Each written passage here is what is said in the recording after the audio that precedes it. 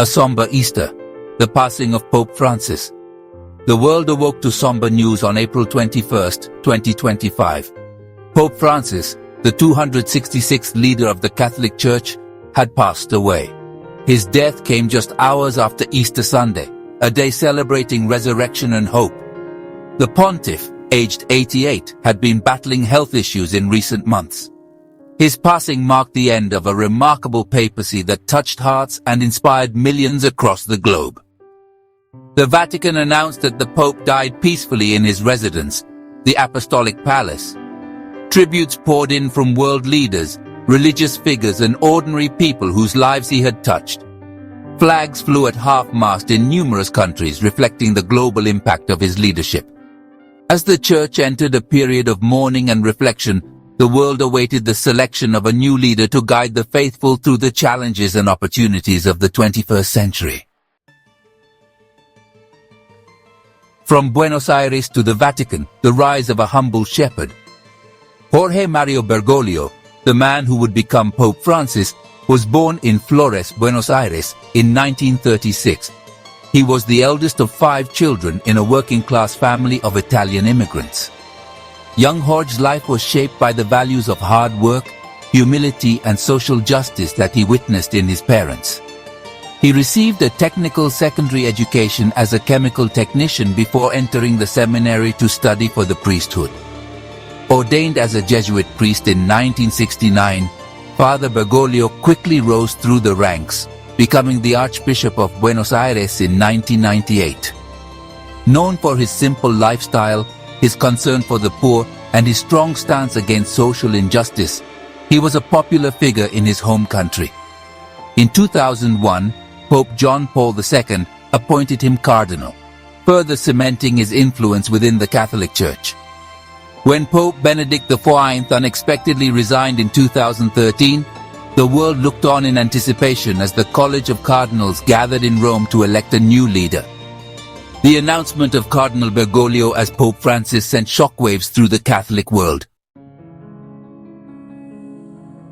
A legacy of compassion and reform. Pope Francis's impact. Pope Francis's papacy was characterized by a profound sense of compassion, a commitment to social justice, and a desire to reform and revitalize the Catholic Church. From the outset, he broke with tradition, choosing to live in a modest guest house rather than the opulent apostolic palace. He washed the feet of prisoners, embraced the sick and marginalized, and consistently called on the Church to be a poor church for the poor. His papacy placed a strong emphasis on mercy and forgiveness. He instituted the Jubilee Year of Mercy, urging Catholics to rediscover the importance of compassion and reconciliation. Pope Francis was a vocal advocate for environmental protection, issuing his groundbreaking encyclical Laudato Si in 2015. This document, which addressed the issue of climate change, called on world leaders to protect the planet and its most vulnerable inhabitants. His progressive views on issues such as homosexuality, divorce, and the role of women in the Church drew criticism from more conservative elements within Catholicism. Section 4. A World in Mourning. Tributes to a global leader. News of Pope Francis's passing sparked an outpouring of grief and tributes from across the globe. World leaders, religious figures, and ordinary people alike mourned the loss of a man who had touched countless lives with his humility, compassion, and unwavering commitment to peace and justice. U.S. President Joe Biden, a devout Catholic, praised Pope Francis as a true man of God, a gentle soul who spread messages of peace and kindness throughout the world. French President Emmanuel Macron hailed the late Pope as a champion of the poor and a voice for peace, while British Prime Minister Rishi Sunak commended his profound impact on the Catholic Church and the world. In Buenos Aires, his hometown, thousands gathered for candlelight vigils, their faces etched with grief as they remembered the humble priest who had risen to become a global icon. Section 5.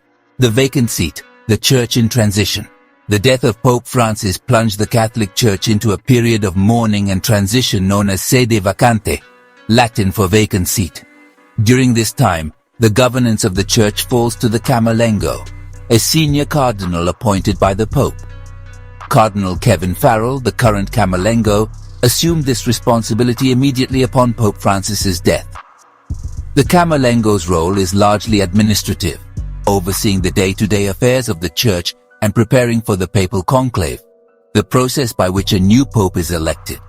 During the sede vacante, no major decisions can be made regarding Church doctrine or governance. The Church effectively enters a state of pause, reflecting on the legacy of the departed Pope and preparing for the arrival of a new spiritual leader.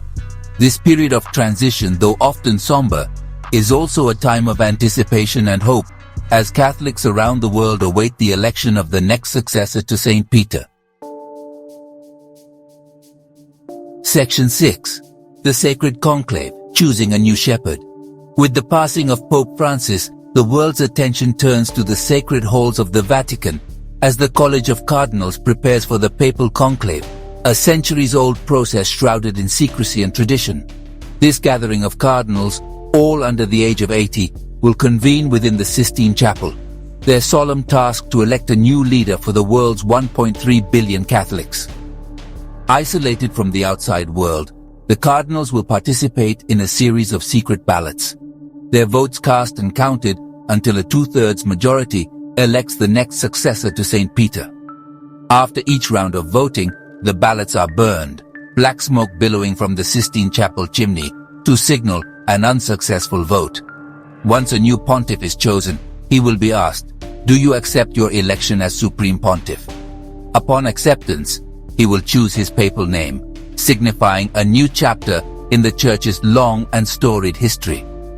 The newly elected Pope will then appear on the balcony of St. Peter's Basilica, his first public appearance as the leader of the Catholic Church.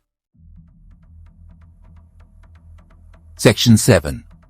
Looking ahead, the future of the Catholic Church.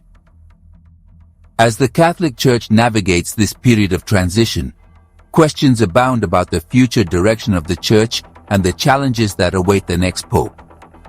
The legacy of Pope Francis, with his emphasis on social justice, interfaith dialogue, and a more merciful and welcoming Church, will undoubtedly shape the conclave and the papacy that follows.